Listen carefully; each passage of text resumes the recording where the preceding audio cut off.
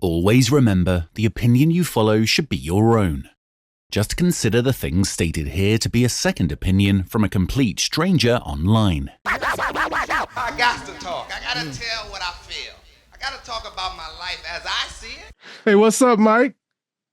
Phil, it's good to be back. We had a week off from our podcast, and we apologize to everybody last Friday. You did not get to hear our smiling voices because, well, I guess you had one of what do they call that? A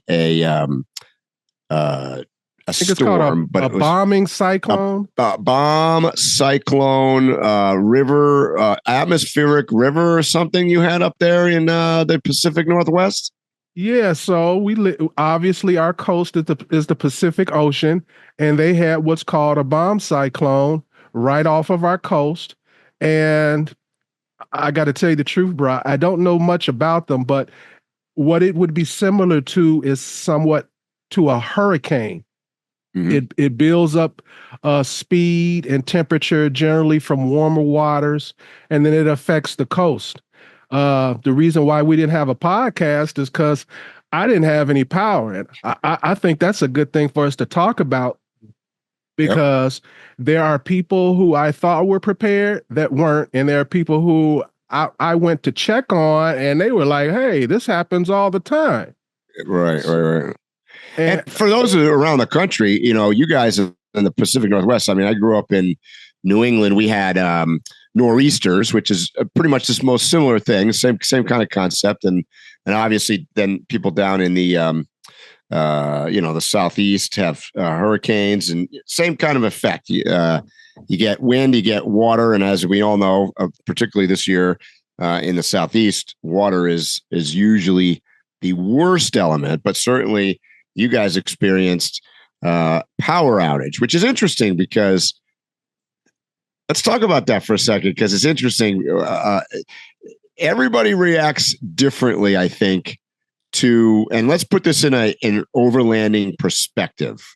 Yes. Everybody acts differently when adverse conditions happen, right? Yeah. So they have plan A, right? Let's lay it out this way. You have plan A and you're planning on doing X, Y, and Z, and then something happens. So let's isolate that part right there. That's where the diversion starts right there. Mm-hmm. It's the way you intake information. And some people, if anything goes awry from what their agenda or itinerary was, what they had planned, they're automatically in a panic mode. That's right. Yep. And I equate that to the same thing when you are traveling or camping or off-road somewhere where you get a flat tire or you get stuck or, whatever, somebody gets injured. And that wasn't part of obviously the original plan. So it's interesting that you bring that up because, preparedness is something that I think you and I talk about here on the podcast a lot. Mm-hmm. And in a little bit, we're going to talk about some Christmas holiday present ideas for you guys out there in the Overland market. And you're going to see the skew from me has to do with being prepared, not so much with the gadgets and the gadgets. And we talk about that a lot. So okay, what happened, Phil? You lost power. How long did you lose power for? Was it 4 days? That's a long time. That's a long time. That is a long time. Losing power for 4 days means you don't have heat if it's cold. Mm-hmm. You can generally get away in the summertime, open a window. Mm-hmm. But if you don't have some way to provide yourself heat, you might as well be outside. That's one thing. Something that I discovered is most people don't have a good flashlight. Yeah. And that goes to what I'm saying. The most common items, and it's interesting because I'm looking over here at my Christmas wish list, I guess, for people out there. A flashlight is probably like, there is nothing more frustrating than not being able to see. And obviously we all take power even here on the road in my truck, you just take power for granted. Like I can just, you just saw me. If you guys are watching this, I just walked away and turned on the light here because I felt like it was kind of dim. So you just take those kinds of things for granted. But if it's at nighttime, or quite frankly, during the day and you're inside and you can't see what you're doing, it becomes super frustrating, right? So it's sometimes very simple things. What's a flashlight going to cost you? Not that much. How is it that difficult to have something like that ready? And no. Hopefully you have a flashlight, but there's strategies to having a flashlight. What kind of flashlight? Like for instance, that's this isn't here for the podcast. This flashlight is always right there. Yep. This is not a good flashlight for what we're discussing. No USB port. The battery isn't replaceable. You have to buy a battery from the company. It has a proprietary cord for it to charge. So don't think about these things at the last minute, because what I saw is a lot of people, they have disposable income and they were just like, well, they say this is happening in a few days. I'll just go to Home Depot and buy this and that and the other. You still got to know what to buy, because and by the way, that's why whenever there's a storm coming, there's a line at Home Depot, there's a line at the grocery store. Everybody's going to buy milk, bread, and eggs, flashlights, generators. I mean, it's mind-boggling what happens. And you're like, well, did any of these people think about anything in advance ever? So if you're going to get only one flashlight, my recommendation is, if it has a proprietary battery, the day you buy that flashlight, you should buy at least 2 more batteries and charge them right up. If they're, I'm going to take it a step farther, Phil. We were talking about this here in camp, I think yesterday or something. I'm so OCD about stuff like this. I don't even like buying anything anymore if it doesn't have a USB-C cord. Like if it's not a USB-C charger, I'm out. Like you tell me all about flashlights with proprietary cords or batteries that I got to do this or that. Forget it. I'm out. Way more complicated. There's nothing more. It's like with camera gear. There's nothing more frustrating than buying something, made out of, I'm going to call it Chinesium. I'll be nice. That comes with one of those. I don't even know what they're called anymore. The micro USB or what was the other one? It was like kind of square, and forget it. If anybody's out there manufacturing something like that, they deserve to be boycotted, in my opinion. Forget about that bullshit. This is a reason why, Apple got sued in Europe for even the Lightning charger, because it was different and it was proprietary and everybody had to go get it in order to, that used to frustrate the crap out of me. And it was the main reason why I switched to, say, when I bought the iPhone, I think 15 was the first one that had the USB-C. And now, I just went away for the weekend on my motorcycle, and I could take one cord. Yes. To charge my iPhone, which, by the way, Phil, I have a flashlight that I took with a USB-C charger, and my camera gear, my GoPros and my, Insta360, all those things are running off a USB-C. So I take it to another level. Like, I don't even want to talk to you if it's got some other kind of cord or some other way of doing it. Like, I had a bunch of flashlights here that were, quite frankly, decent flashlights. In fact, I won't even name the brand, but I just ditched them. I was like, this is stupid. I don't even want this thing anymore. So, anyways, as always, we're on a tangent, but that's what we do here. And I also came to realize most people in my neighborhood, they have no way to keep warm. You kind of just stereotype people. I assumed that most people in this neighborhood had at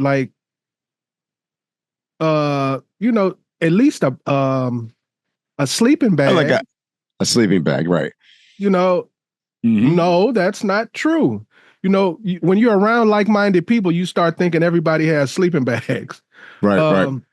And contrary to popular belief, because, everybody knows I prefer warm weather. Here I am down in Mexico all winter, and, I don't even like the sight of snow anymore. But I'm smart enough to know that and having traveled in the Arctic Circle and in Iceland and in various other cold weather climates, if you have the correct clothing on, you're never cold, right? So it has to do with, once again, we're talking about preparedness. It has to do with that, because if you're out, I remember being up in Tuktoyaktuk in northern Canada, and it was, going down to like negative 40 degrees. I had a Canada Goose jacket that you could put on that if it's, let's say it's negative 15 Fahrenheit or negative 20 out, you can't even wear the damn thing. You're sweating to death. So that's true. I could stand in that jacket up there in the freezing cold and I'm perfectly warm and content. Look, we sent astronauts to space, right? It's cold as hell up there, and they're able to survive in a spacesuit. So it has to do with what you're wearing. And like you said, it's hard to believe that somebody doesn't have some kind of warm gear, if not a sleeping bag or something else inside their house, or in our case, in your truck. So what happens if you get stuck? Plan A was to go on a route, and, everybody, gets a little spoiled. They're in their Jeep. They've got heat and they've got AC, and, you're going along. Well, let's say you have a breakdown and the truck's not running and you got stuck. You happen to get stuck at 7,500, 9,000 feet, calling in Colorado, going over a pass, and you had to stay the night. Do you have the gear that you're not going to sit there all night shivering and be pissed off and be freezing to death? It's the same. It's just the same scenario to me, it's the same scenario as having a storm in your house, right? I agree. But Mike, I live in an area where it extends beyond just the trip. What you just described applies to me living at home. I don't have to be at 9,000 feet. Like just last week, if I had heaters. Yep. I had a heater for more than one room. So I was cool. Would you have little buddy heaters? One of them was a buddy heater. One of them, I don't know the name of it. You've probably seen them in outdoor restaurants. It's like a tall thing. Oh, yeah. Got one of those, and I moved it around from room to room. So we had 3 different heaters. Yep. But the point is, we had heaters. Right. Most people don't have heaters. And if we didn't have the heaters, we do have a fireplace. But that would have made us have to be in the room where the fireplace is all the time, because neither one of them heats up the whole house. We live in a townhouse. And as somebody that grew up in New England in old colonial houses, let me tell you, a fireplace, contrary to popular belief, sucks more heat out of the damn house than puts into the house. So you literally got to be sitting in the fire just about. Yeah, that's how our fireplace is. Sometimes the wind coming down the chimney through offsets the fire. Yep. So you guys got hit by a cold, right? Because it was cold. It was raining. Yep, cold, raining, windy, and no power. Which is, by the way, for people that aren't aware of this, you're in what I would consider to be a major metropolitan area that has what I would call grid preference, right? Like usually that you're in an area where they were going to get power restored faster than, let's say, if I was in backwoods Montana. Well, we live outside of Seattle. Seattle is the priority. The highway is the second priority. And then it's like the city next to Seattle, then the city, and it works like that. Yep. So they didn't know what I'm about to get upset, bro. It shouldn't have took 4 days to get no power, man. We lose power every year for something. Yeah. Every year we either have a big rain or a big snow, and there's a day or two where we don't have power. So this isn't like something new that they weren't expecting. Not only we knew it a week in advance that we were going to have this cyclone. So I don't know why it takes 4 days to turn power back on. I did see welcome video. To America's power grid. It ain't that good. Not at all. And you were saying like a metropolitan area. I don't really actually live in the metropolitan area. I don't live in Seattle. I can 10 minutes, I can be deep in the forest, I can go 10 minutes that way and I can be in the city. So I'm like, I'm right in that border. And I discuss this with my wife all the time. Where we live can trick you into believing that you are safer and in more of a city than you are. Yeah. Our infrastructure is not like a Seattle. Yeah. So there are a lot of people who have moved from other places that live here, who originally lived in Seattle, who live out here, and they were all unprepared for what happened. So the bottom line is they're in their homes, they're cold, they don't have any light. They probably, let's talk about food. I mean, you lose your power for 4 days, becomes a food issue as well, certainly from a refrigeration standpoint. Oh, my friend is pissed. He had a whole freezer he had just filled up with food. Yep. And when I say just, it was, a few months ago, but still, he had a big ass freezer in his garage full of meat. I know where I grew up, we always had New England being as weather unpredictable as probably as it gets. I never had a house really that didn't have a generator. So I always had some kind of system, and it wasn't necessarily a full house generator. I had, it depended on what house I was in at the time, but I've had, where you can generate enough power to say, plug your refrigerator in or, a light bulb. So you could sit in the kitchen with the refrigerator going and a light. But, those are things that like you said, you need to think about in advance. You can't be standing in line at Home Depot with the wind blowing outside and think that they're going to have one. And again, like I was saying with the flashlights, you don't want to wait to the last minute also because you want to know what kind of generator to get. Do you get a gas generator? Do you get an electric generator? Mm-hmm. And what is your reason for it? Like, I have all electric generators because I just don't know how to do it, but it's made to clip into the fuse box. So I could literally repower the house. Yep. But I don't know enough about it to do it. I'm just saying that with the electric one, there's the possibility of doing that, and you can't do it with the gas one. So you need to know why you need the generator and what you're going to do with the generator. Mm-hmm. Well, what I hear you saying is, and it's similar to going camping for the weekend, you need a plan, and you need to run through scenarios, plan A, plan B, plan C, plan D, and be prepared for, let's put it this way. The more you're prepared for what you didn't want to do, the better off you're going to be. It's just the way it is.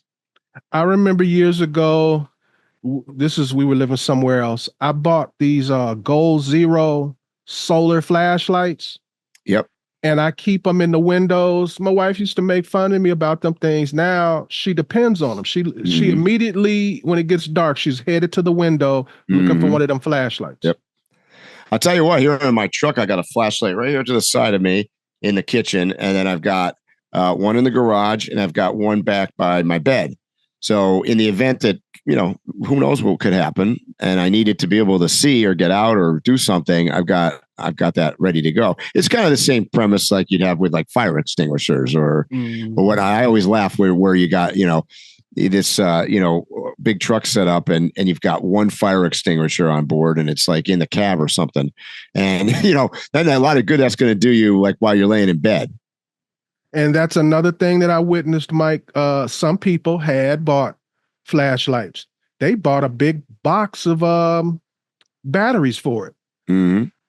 But the batteries look like somebody poured salt into the box because I don't know what it's called, but when they start, they sit around too long, they corrode. Yeah, it looked like somebody literally poured salt inside their box. Mm-hmm. So he had the flashlight, he had the batteries, but you have to, especially your prepared stuff, you rotate it out, you pay attention to expiration dates. That includes your first aid kit. Bro, nobody had a first aid kit I talked to. I'm sure somebody in my neighborhood does, but nobody that I'm friends with had a first aid kit. And I'm like, wow, you should have had that for just day to day.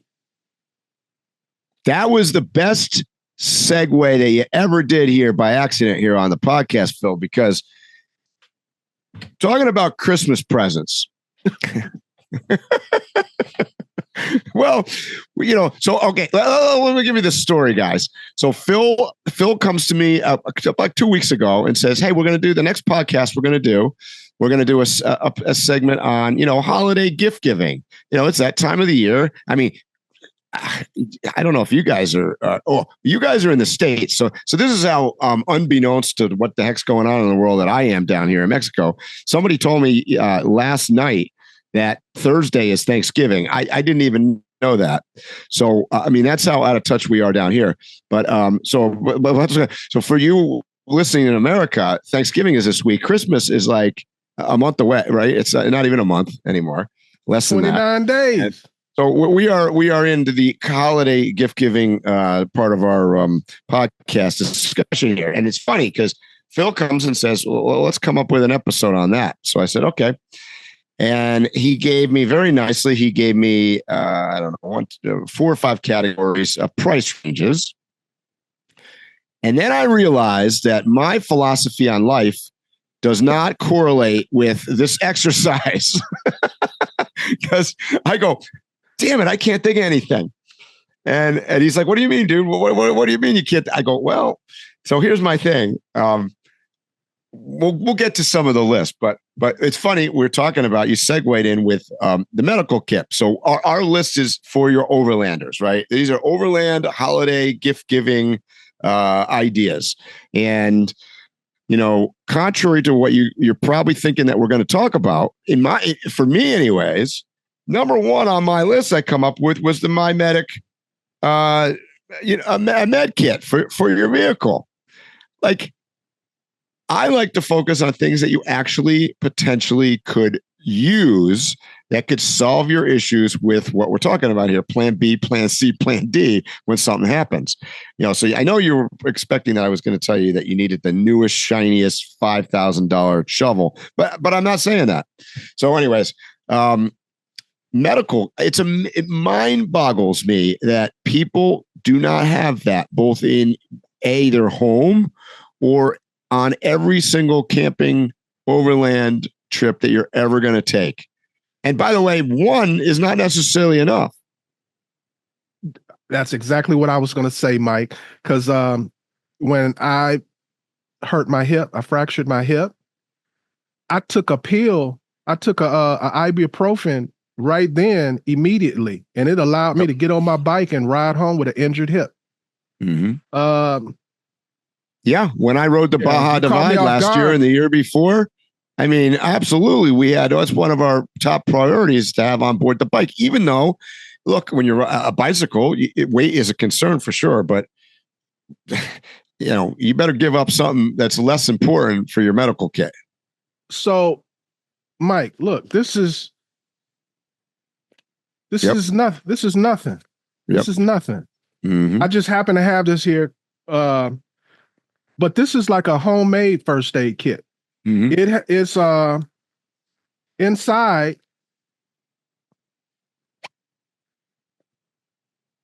I just ordered from My Medic, costs about $25, and it's called the Hiker Med Pack. And they're like $25, and I have one of these in all kind of bags, all kind of backpacks and stuff. So no matter where I am, I've got at least some antiseptics, some bandages, a tourniquet, some basic medicines. Yep, like you said, you got ibuprofen in there. You've got a lot of them have like what do you call it, treatment or for getting stuff in your eye. All that's in here. All that's in there. And the kit I was recommending was the My Medic MyFac large one. It's $215 at bare minimum. That's what you should have on board your truck. At bare minimum. I 1000% agree. This is kind of a pet peeve, and it bothers me. I know people, when you add up the tally on all the money they've invested in their vehicle and their trips and everything, they're in the $250,000 region of cost, right? Mm-hmm. You ask them, do they have a Band-Aid? They're struggling to find a Band-Aid because they ain't got a decent first aid kit. They may have one, but it'll be something that they like went to Walmart and they went into like the deodorant aisle and bought one of those, the little, you know what I mean? Yep. Oh yeah. Yeah. True story. I ran into a guy on my way down here. I'm not going to mention anything in case I run into him again too much, but he had, let's just say he had a very, very set up truck. And when I mean set up truck, I mean probably more roto packs and max tracks on this thing than I've ever seen on any other vehicle. He had 20 or so Baja design lights on the front, and that's a total. It's probably it's more than $10,000 worth of lights, off-road lights for sure. And well, anyways, the long and short of the story is super set up with every gadget and gizmo you've ever seen out of the Overland world was on this thing. And he came over and knocked on my door asking for a Band-Aid. I mean, you cannot make this shit up. And I looked at him like I was looking at, some kind of alien creature standing at my door. I was like, you don't have a Band-Aid? And a lot of, maybe people don't buy the first aid kits that we recommend because they'll have everything in them that they need. But if you decide to put one together, please put a tourniquet in there. Mm-hmm. That seems to be something a lot of people forget. And a tourniquet is probably one of the things, especially if you're out and about, trees could fall, there could be injuries from vehicles. Mm-hmm. A tourniquet could come in handy real fast for a lot of different reasons. Mm-hmm. I mean, cuts are probably the number one injury. I agree.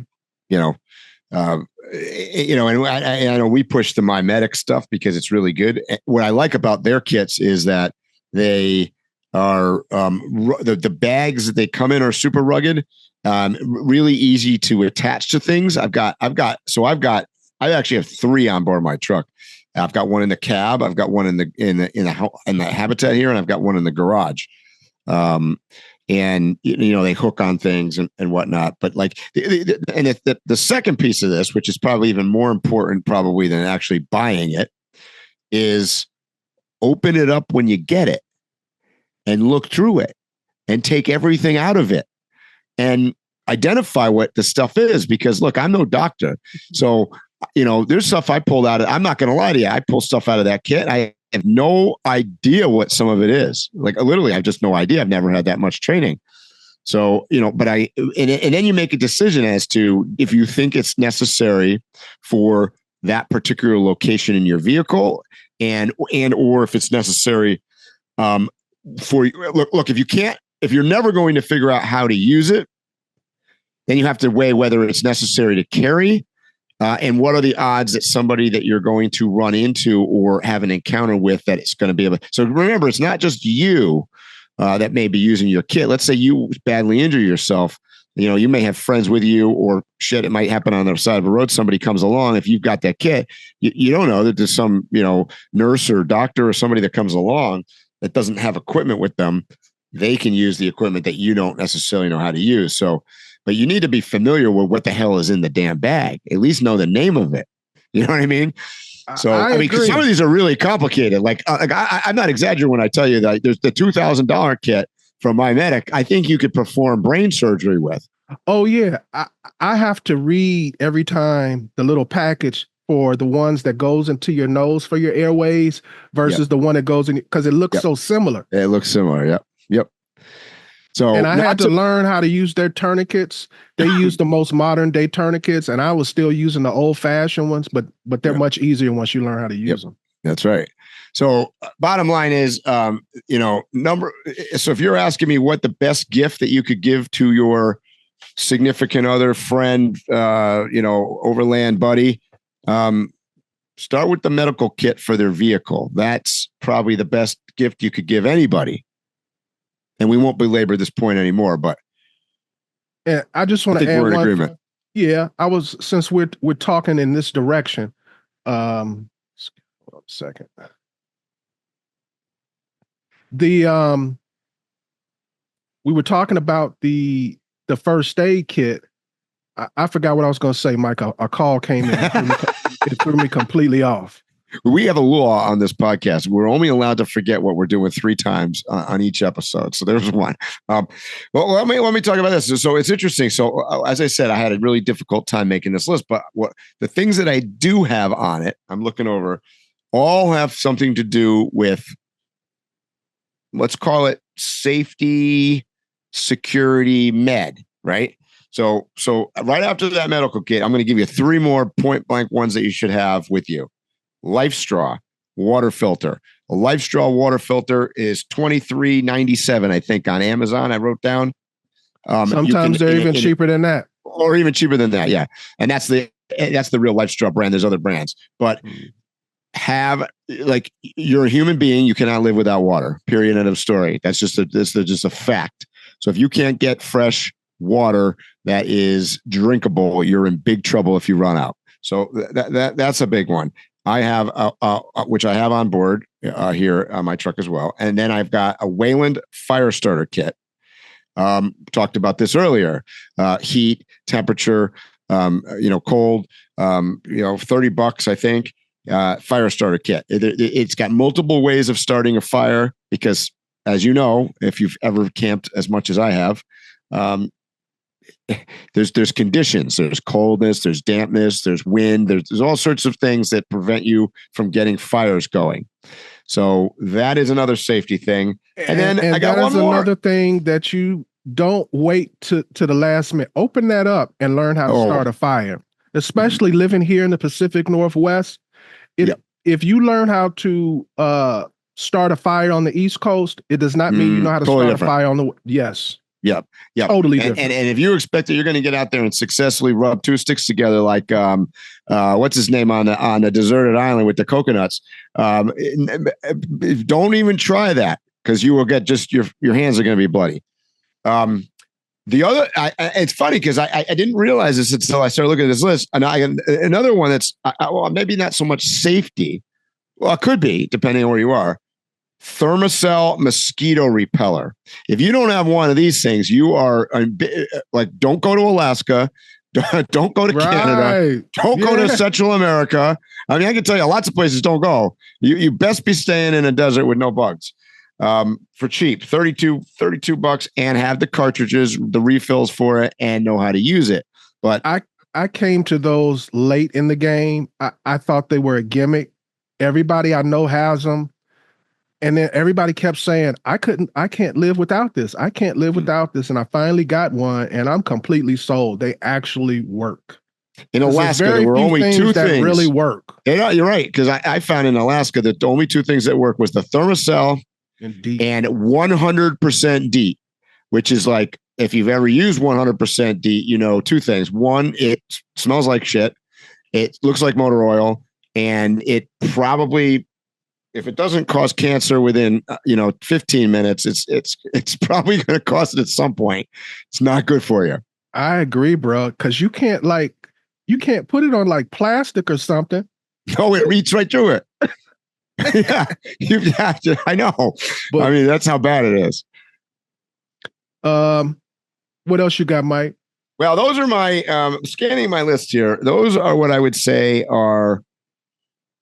So those last 3 things I gave you are $50 or less, basically. The My Medic thing is like $215. So those are fairly inexpensive things. And you notice how I didn't talk about,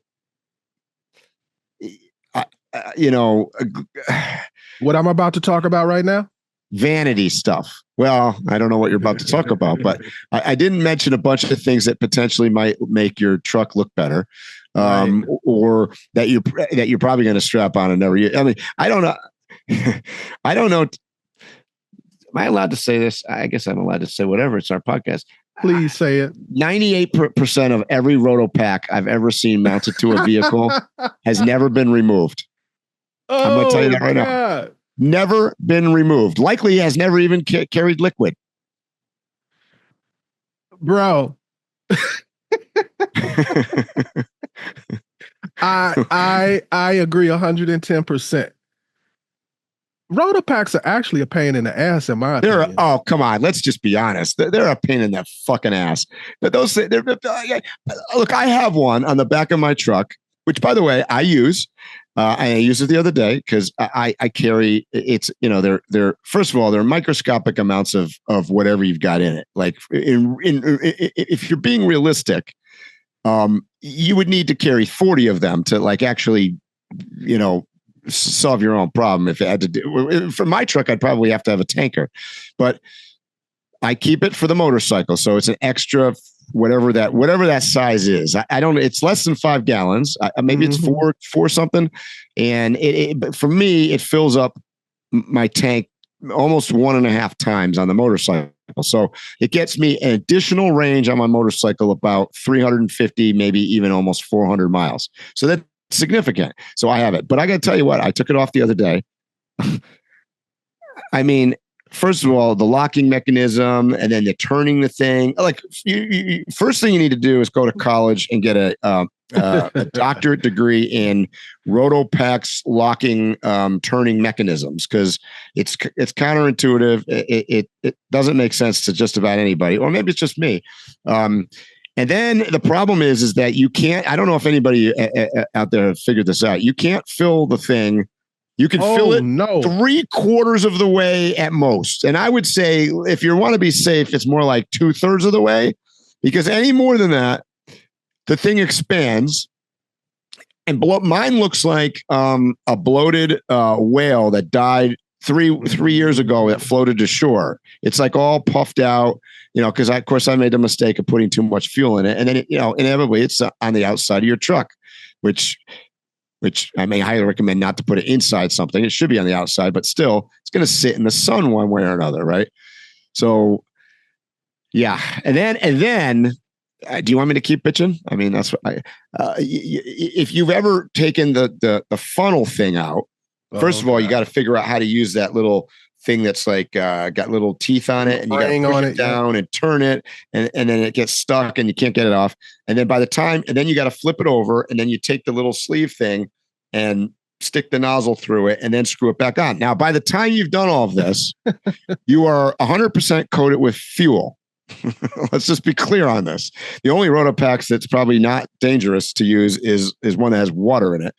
But well, Mike, you can also get fuel if you don't seat it properly. And I mean seat it properly, it's going to leak. It leaks. You end up screwing it on, screwing it off, screwing it on, screwing it off. Yep. And the only way you know it's not leaking is to mount it and wait a few minutes to see if it leaks. Yep. The other thing I hate is you mentioned how it expands. I've gone from like different elevations, and I've had it suck in too. Oh yeah, I was about to say I had that happen one time too. Sucked in, right? And then, by the way, when you actually go to use it, so now once you've gone through the process and you have gas all over your hands, and you've got it tightened on there, and then you go and you tilt it up to dump it into, say, your motorcycle or whatever, and then it somehow leaks more. I don't care what you've done and how tight you've screwed that thing on, it leaks. It just does. So now you've leaked it, and for the next 50 miles of your bike ride, you are smelling gas fumes. So I guess you can tell I'm not. By the way, you can go to Tractor Supply and buy a fuel can. You can buy, even one of those, the bigger, I forget how many gallons they are, but the bigger ones that they use, say for like the Baja 1000 race, the big tanks, or you can go and get an old school quote jerry can. Mike, every one of those has worked better than the Rotopax, but I'm trying to get my official Overland card, and that's right. They clearly state you must have at least 2 Rotopax. Yeah. Oh yeah. Yeah. And different colors, but they've come out with new colors now. Which, by the way, I read some thing online somewhere the other day on a Facebook group or something in the Overland community world, and people were arguing about the color and whether or not it was legal to put the fluid in that color, because it's not. It's illegal. Guys, you guys are overthinking this whole situation, though. So, Mike, I'm gonna give a couple of more under 50 real quick, real simple. Yeah. Give us some easy ones. Well, people see me. If you watch the podcast, if you've ever hung out with me camping or anything, you've seen this in my hand a million times. And it's a Brew Trek coffee mug. And I got a couple here too. I'm looking, but I've got a zillion stuff from Yeti because I knew about Yeti before I knew this company. And the reason why I prefer this particular cup over Yeti's cup is for this very simple thing right here. Yep. When I close it, this is my floor. Yep. I just dropped it. It's full of coffee. Yep. It doesn't leak. And I'm not worried about it. Yeah, I agree. The other thing I like about them, they typically, the BrewTech ones, they fit in more cup holders. Mm-hmm. A lot of the Yeti ones are fatter at the bottom. And I think they look nicer. As soon as I started using the BrewTech stuff, people had questions about every product I have for them. They make a point of making their stuff look cool. Yep. And then there's another cup. This is called their camp cup. Now, I learned about these camp cups because I kept seeing other people around campfires that I was at. You know, we drinking shots and stuff like this.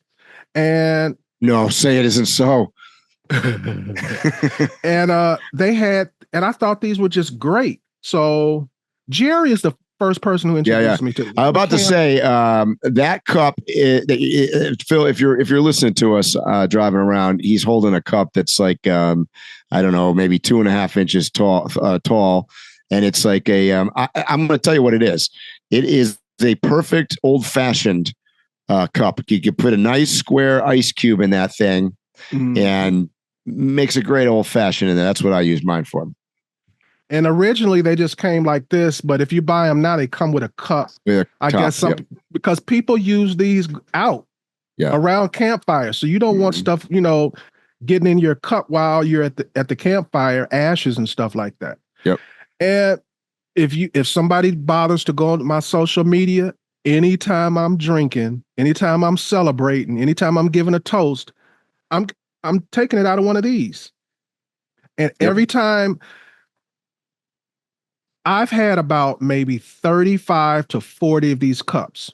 And the reason is, you've witnessed this, Mike. You leave it somewhere. Well, I've had that happen too, but the majority of the time, people like the cup. And I say, okay, keep it. And then the next time I see them, they have the original cup I have, and then they have a couple of more. I was gonna say, I think I got one of yours in here right now, a nice orange one, but I use it a lot. Thanks for the cup, Phil. So that's my 2 under 50. Is a nice cup. I got one more too. While we're talking about cups and stuff, AeroPress coffee maker. So AeroPress makes a coffee maker that's $30, under $30. And I know a lot of you guys enjoy your coffee out in camp or on the road. That's kind of a cool little gadget. Makes a good cup of coffee. So if you're looking for under $50 items for your Overland buddy, coffee is always a good thing. So what you got for $100 or less, Mike? I got nothing. I can't think of anything in the $100 or less. All right, I got you. Okay. That was the one. Let's see if you come up with anything I agree with, or I could give you 50 things for $100. Even though $100 doesn't go as far as it used to. I'm about to say, you and I at McDonald's is $100. So if we get apple pies, I'm sticking with BrewTech real quick. So I got the coffee cup. Oh shit! This is the BrewTech Base Camp French Press. You've seen me use these. This is a brand spanking new one because just like the cups, people see them and I give them away. They fall in love with these things. There's the fact that everything you got is orange. Oh, they come in all kind of colors. Oh, right? I know they do, but you got all orange right now in your hand. I personally own a stainless steel one, all stainless. I have a black one. I have a blue one. Yeah, I love these. This is I have one of these in my kitchen. The stainless steel one is in my kitchen. But the reason you're like, what's the special deal? This is an overland thing. Why would you want to take this overlanding with you? Mm-hmm. Well, most people agree that using a coffee press is probably one of the top 2-3 ways of making your coffee. I would say it is the top way, period.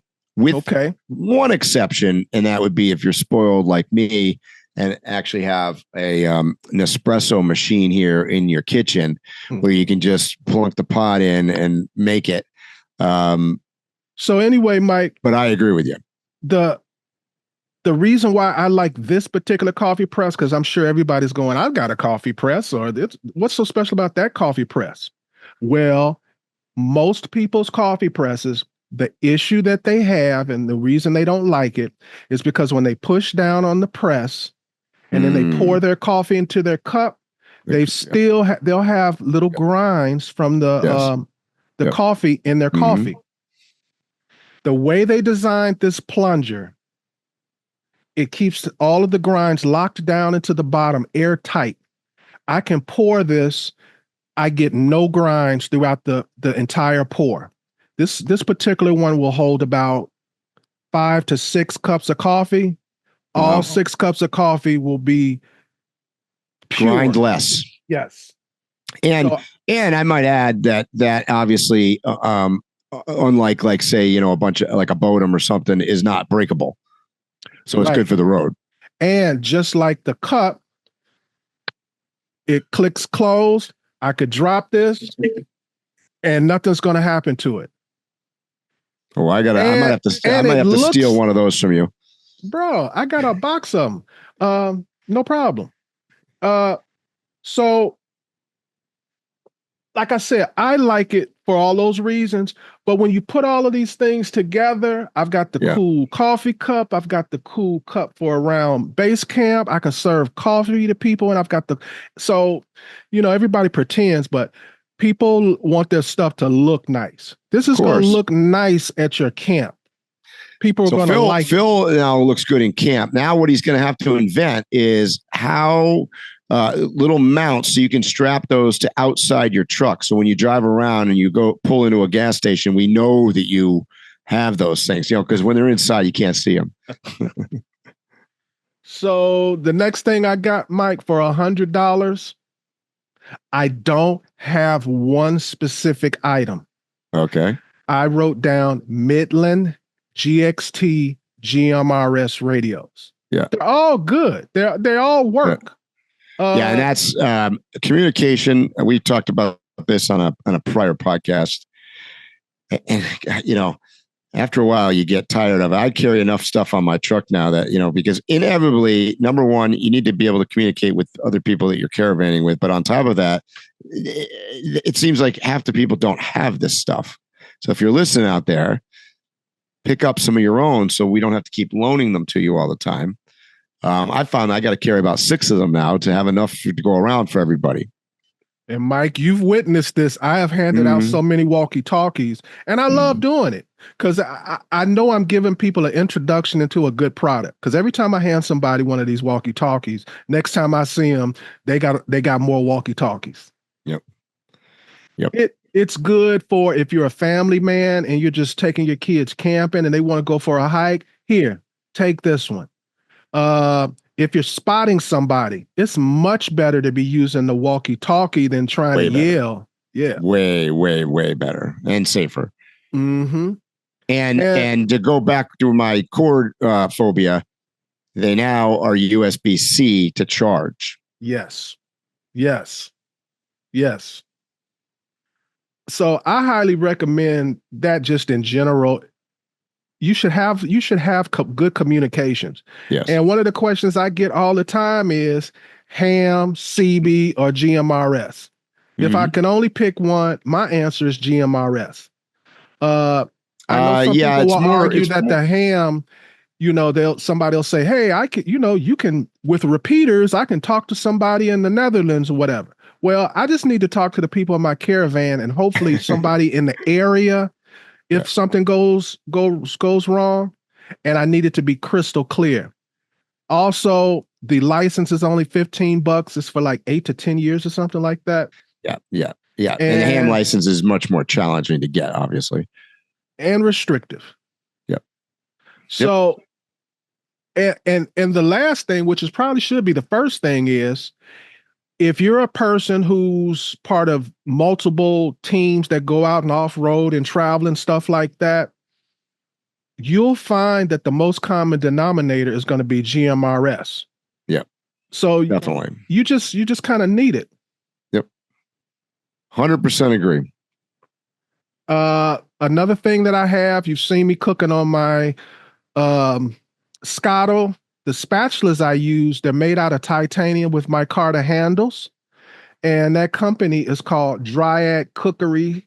You can get a Dryad Cookery spatula set, which is a large spatula for your cast iron and for your Scotto. And then you have a smaller one. So if you have an adventure Scotto, you can use it for an adventure Scotto and for bowls and stuff like that. Like I said, they're titanium. They have micarta handles. This is a one-time buy. And it looks good hanging off of your Scotto or whatever cooking mechanism that you use. A couple of other things that I want to show, Mike. Our buddy over at Overland Gear Guy. Now, I want to be clear. This is my homie. I love his products and I love him. So, and we like hanging with him. Right. So just, disclaimer. But I love this product, and I think what I'm about to show people, they're going to love. I have more than one version of bags that I hook on my front seat across the headrest. And I love them. I've got a couple of them that I have from Blue Ridge Overland Gear. Mm-hmm. But the thing about this one is it's not just a bag. Inside, they've put a liner, a garbage liner, a plastic garbage can. Garbage can. Right. So it holds its shape, which is one thing. You don't have to use it for garbage. It being encapsulated like this, you can keep things that you want to keep conveniently for you. Well, I've seen someone not even use it for garbage. They have it on the back of their seat. And this is where they keep all their down stuff, like down jacket, hat, and stuff like that. They want to just pull it out real quick and use it. I think that'd be a great place to keep like potato chips and crackers and cookies and shit that you don't want to get all broken up too, because it's being protected by, you know how you do. You put that dry goods stuff in a soft bag or something, and it gets mushed. And it's supposed to be its first purpose is to be a garbage can. And the reason why I like this hard garbage can in the bag is I can take this out and I can really clean it out really well. So there's no odor, especially if you're using it inside your vehicle. So I don't remember what the exact price is anymore, Mike, but it's definitely under $100 for sure. And it's going to be worth it. This will be something that you'll use in your van, your truck, your whatever it is, over and over again. You'll probably take it for granted using it all the time and not even think about how valuable it is because you use it all the time. Even people who have Scottos and they have stoves, something that I find in common with a lot of overland travelers and vehicle-dependent travelers is no matter what kind of cooking system they have, they usually almost always still have a jet boil because it's nothing like being able to pull that jet boil out and a minute and a half later have hot water. Or you just might want to make... It's almost an amazing thing. My jet boil, every time you get to the boil part, you're shocked at how fast that just happened. So this is another thing from Overland Gear Guy.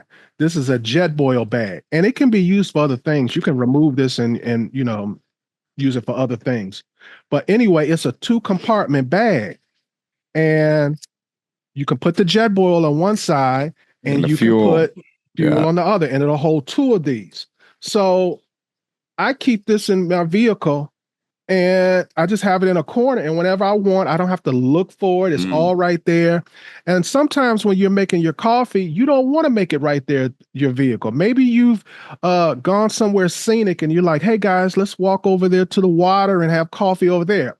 I just grab my bag and wherever we go, I got it. And there's room for you to put a small amount of coffee in here. There's room in here for you to put other little amenities that you want to take with you when you're using your jet boil. So, and this is dirt cheap too. Overland Gear Guy, just go to their website and check them out. They've got a lot of stuff. Next time I see him, I'm going to raid his stuff and get a lot more stuff. Because I him, Overland Gear Guy, and Blue Ridge Overland, most people would probably be like, well, aren't they like competitors? Well, they might be. I don't know. Yeah, they both got their own individual stuff, though. That's pretty cool. I like both of them. Yeah. He has stuff that they don't have. They have stuff that he don't have, or maybe I just prefer one of the other. So I don't rate one higher or the other, but I like both of this stuff. So I just want people to know more about this Overland Gear Guy, because like I said, he's a friend of ours. We like him. He makes good products. So I kind of felt like I had to talk about him. Yep. What else? He's got a cool new Ineos Grenadier. He's got a nice. Yep. Well, he said he was going to do I want to talk about, because you just rolled me right into the next one here, because I would be remiss if I didn't tell everybody to go out and buy a Tembo Toscado, because you hear about me talking about it on a daily basis. If you want no cleanup, or I should say easy cleanup, no pots and pans, for $435. I think they got a Black Friday special going on. Mike, you skipped the $250. No, I did it before. My Medic. Oh, okay, then I need to mention one other thing before we move on then. Okay. Something they were too heavy to bring down here and whatever, but I just got some Austin Foundry cast iron skillets. You've probably seen them. See, that's something that there's zero chance I'm carrying. Well, a majority of people have a cast iron skillet. And there are people like me who are into cast, because I don't even need these. I love cast iron, but I can't do it full time on the road. Can't justify the weight. I get it. So a one-off, if you just want a one-off good 12-inch or 10-inch skillet to keep in your rig, to stick in a flame or cook it on a stove, I'm recommending the Austin Foundry cast iron skillet. And if you're wondering why, it's a pretty looking cast iron skillet. It's a heavy cast iron skillet, but it's not heavy like, oh God, I don't want to carry this. It's heavy like, oh, when this thing gets some heat, it's going to hold it. So, which is what's important in cast iron cooking in the first place. And if go on Instagram and check out Austin Foundry. AUSTIN Foundry, FOUNDRY. Just check them out, and I think you'll like their cast iron. I don't know these guys. I don't know these guys, but they make good stuff. Yeah, and I'm going to say, if you haven't figured it out by now, if you're at an event and you see Phil parked around, he is the guy that you want to hang out with at nighttime with all these cool cooking gadgets and things in his camp, because he's not exaggerating. He's got all the cool toys. Yeah, please do, because I have had people like, do you really carry all that stuff? And yes, I get their cynicism, because it's crazy. I'm being silly. But yeah, I am constantly testing cast iron skillets and different cookware and all kind of. I like toys. You know that about me, Mike. I just like toys. Sure. Yeah, and that's why. So I started talking about the Scottle, and that is the closest thing that I can find that is to cast iron. It's not cast iron. It's steel, but it's the closest thing I could find to something that you can cook similarly with that has that element of sort of, being baked in and broken in and seasoned, if you will, without the weight, because now you're taking, so you take one cast iron pan, the Scottle probably in total weighs about that. And then I don't need any pots and pans. So that's Mike, I just want to be clear about something to our metallurgists out there. It isn't cast iron, but it's carbon steel, correct, which is the closest thing to cast iron. Yep. They cook the same. And when I say that, they cook the same, I mean the same kind of procedure. Correct. They retain heat well, obviously not as well as cast iron. So you're not getting some sub lesser than thing. Right. Yeah. Okay. Yeah, no, for sure. But from a, if you're looking for what I would call the one-stop shopping cookware, that's what I like to go with, because I can do everything. We were joking around in camp here the other night. It's like anything from pizzas to breakfast to hamburgers to pasta to rice to steamed vegetables. You can do all of that. So it's the cure for loneliness to me. Yeah. Well, we talk about that is we could be somewhere and it's there's 4 rigs over there. There's 2 rigs over there. People are all over the place, but I want everybody to come hang out with me. That's Pull right. out your Scottle, throw something on there. Everybody's around the Scottle. So that's one of the things I like about it is I know if I cook, I'm not isolated. I'll have people all around the Scottle talking to me. By definition too, because it's circular, right? So if you have an old school, whatever I used to have, Coleman stove or the what was the other burner thing I had, where it's faced and then it's got a front to it. It's a one directional thing. So that's one of the things I think that makes the Scottle sort of a community event.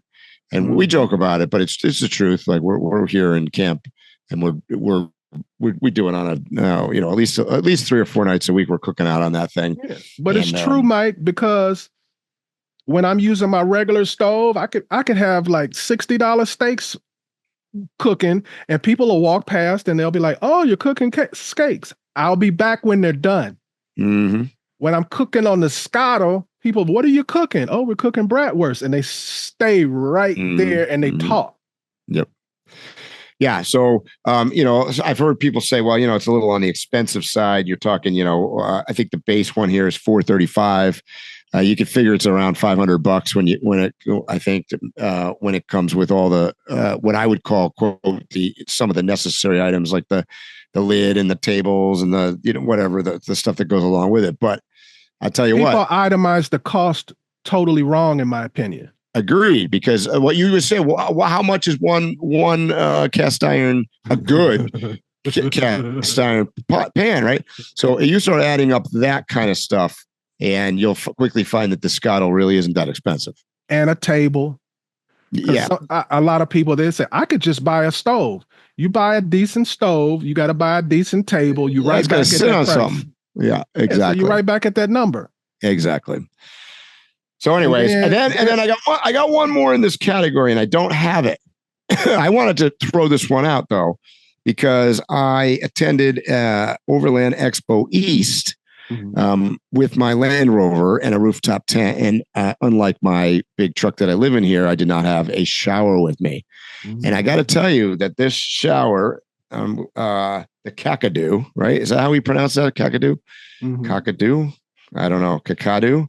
Kakadu Outback or something like that. Yeah, it's $399, and they had them set up at Expo East, and there was maybe 6 of them set up. And I got to tell you, my buddy Carl bought one, and it's a self-contained unit, right? So it's got the propane thing built, where you put the green thing in. It's got the heater, it's got the pump, it's a one-stop shopping shower for the road. And I got to tell you, the pressure was good. The temperature was good. I took a shower every morning with this thing. I don't own one yet, but I'm going to tell you what, if I have to go do a trip, not with my current Overland truck and I got to take the Land Rover or something else out, I'm getting one of those. Well, Mike, you're talking about traveling. That's the subject, but that would be great to have in the house with your preparedness kit that I was talking about earlier. Mm-hmm. You know, there were people boiling water, Yep.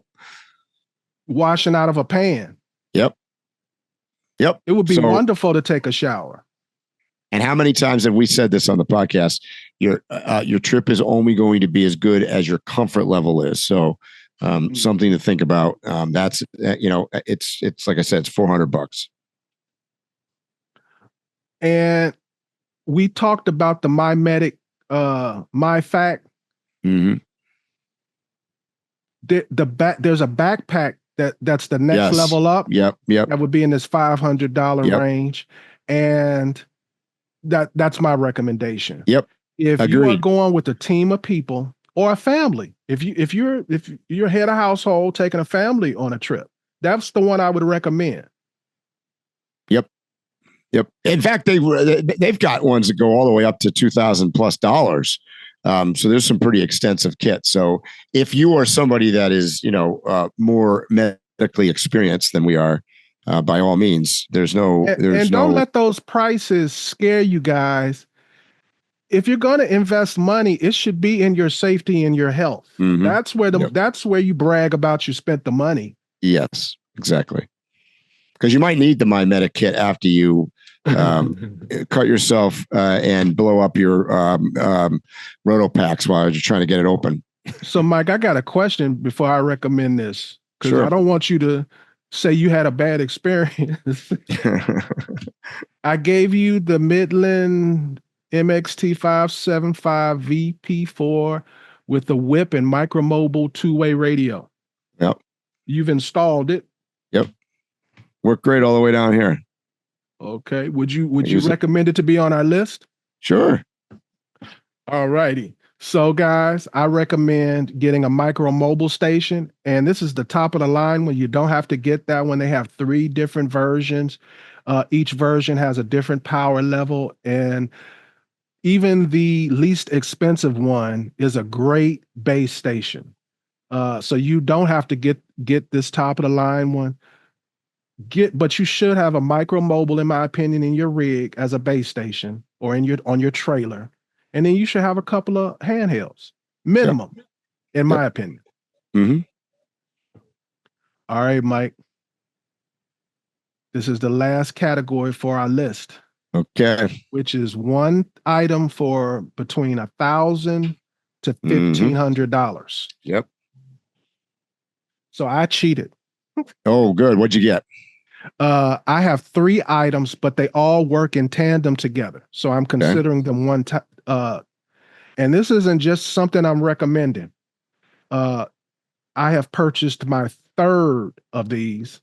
It's sitting in the garage right now. When I finish this last rig that I'm working on, this goes in it. And so this is my recommendation. It would be the AT Overland AT combo slide, which is a combination fridge and stove slide. And the reason why I like this particular one is, first of all, because it's not just the refrigerator, but it makes use of the space under it, and you're using it for your stove. Yeah. Yep. The second part of my is the AT Overland JK stove, which fits perfectly in this combo slide, and the dials come out on the side. So you're able to adjust without bumping up against things. And the connection is in a place that's conducive to the design of the slide. And the last part of this is the AT Overland 5-pound propane cylinder bracket. So you got to have propane. You should have it outside your vehicle. They have the perfect propane bracket for that. So the combo slide is $799. The AT Overland JK stove is $528, and the propane cylinder bracket is $109, and that brings you to $1,436. So that brings us right under that $1,500. Perfect. So I think everything the only frivolous things that are on our list, Mike, someone may say is the cast iron skillet. or the cups and the coffee maker. But most like I said, you still got to be comfortable though. If you're not enjoying yourself, what's the point of doing it? And I'm sure I'm not the only person. I've said this a million times. The whole theme behind my travel is I would love to be here and have a cup of coffee in the morning. That's literally how I think about locations. Is that a place I want to wake up and have? So coffee is like directly connected to my travel. There's no escaping it. You're preaching to the choir here. There's something peaceful about being somewhere remote and beautiful and a fresh cup of coffee, a good, fresh cup of coffee. You got anything else, Mike? No, I mean, I think we did pretty good for today's podcast. We made it through without. I thought you were going to recommend a rooftop tent. I had one. Yeah, I got that. I mean, and the only reason I'm saying this is because I was pleasantly shocked after living in this thing for a week. I got the CVT rooftop tent. It's currently at $14.99, and which, by the way, they're running huge specials on these things. This thing was well over $2,000, and it was ginormous. Like I could literally sleep 5 people in there, and I'm not exaggerating. It's not when you say like it's a 2-person tent and it fits potentially you on a good day, and a flashlight. I mean, this really fit some space. It looked good on the top of my Land Rover. If you want to check it out online, I got pictures somewhere. But that CVT tent, I got no complaints about it. Rugged, looked nice. And the only complaint I have is that it's a rooftop tent, and I live a little bit more luxurious than that nowadays. And unfortunately, it takes to set the tent up. You can set it up in about a minute and a half. It takes you about 15 minutes to get the cover on it, but it's always that's always been my complaint about rooftop tents. But so I don't have that brand, but I have the same exact tent. Yeah. And the question that I have gotten forever is, Phil, why don't you get a hard covered tent, and why don't you get this? Now it's the room that you have. Space. Yeah, it's like a house on top of my vehicle. And the problem is that every single one of the hard shell tents, even including the ones that go straight up. Maggiolino makes one that goes straight up. But most of them go up in a V formation, call it. And I got to tell you that the when you lay down in one of those, where your feet are, if you put your toes straight up, you're gonna start smacking them. So what I found nice about the one that folds out, I'll call it the old school style that flip out with the ladder. They're huge, and you could like legitimately from any angle inside that tent, you could sit there and on your knees or whatever and get your clothes on. You could get dressed in the thing, right? You know what I mean, without smacking your head into a bunch of bars and a bunch of other shit. So you can do work, Mike. I've edited videos that we've done and gotten them out. I was up in that rooftop tent because I had my old Land Rover with me, and everything. It was me, my bag of clothes, my Go Power power pack, so I can plug my phone in, and my watch and all that stuff, and my camera gear. My camera gear was up there. I literally had everything up there, and still you could have fit 3 people. Mm-hmm. And my thought process was like, for the pop-up hard shell tents, I do like them. They're cool. Oh, they're easier to use. But they're good in a perfect scenario. But anybody who's done traveling, you have times where a snow pops up in July. You have monsoon rains that weren't predicted or something like that, where you're stuck in your tent for a day or maybe 2 days. I don't want to be in the little triangle thing. Yep. Well, the other thing is, I got to tell you, the ones that fold out sideways, or like I'm talking about, when you have inclement weather, they stay drier because the overhangs on the awnings part of it, reach out farther. So when it's rainy and windy and stuff, they actually get less wet. Let's just say that. I have nothing to say about them. Bam. Yeah, there you go. So I was just impressed. Well, okay, so that's it. That is our holiday gift giving guide in a nutshell. And I want to celebrate the fact that we made it through an entire Random Waypoints podcast without talking about politics. So, and the killer is Mike. I got so much to say. I know, but there's always next week. So much. Any last words, Mike? No. Glad you have your power back. Sorry about missing last week's podcast, and we'll see everybody next Friday. All right, guys. You know what I'm going to say. Stay safe, tread lightly, and hopefully we'll see you here or on the trail soon. You have been listening to Waypoint Overland's Random Waypoints. Like, subscribe, and stay tuned for more.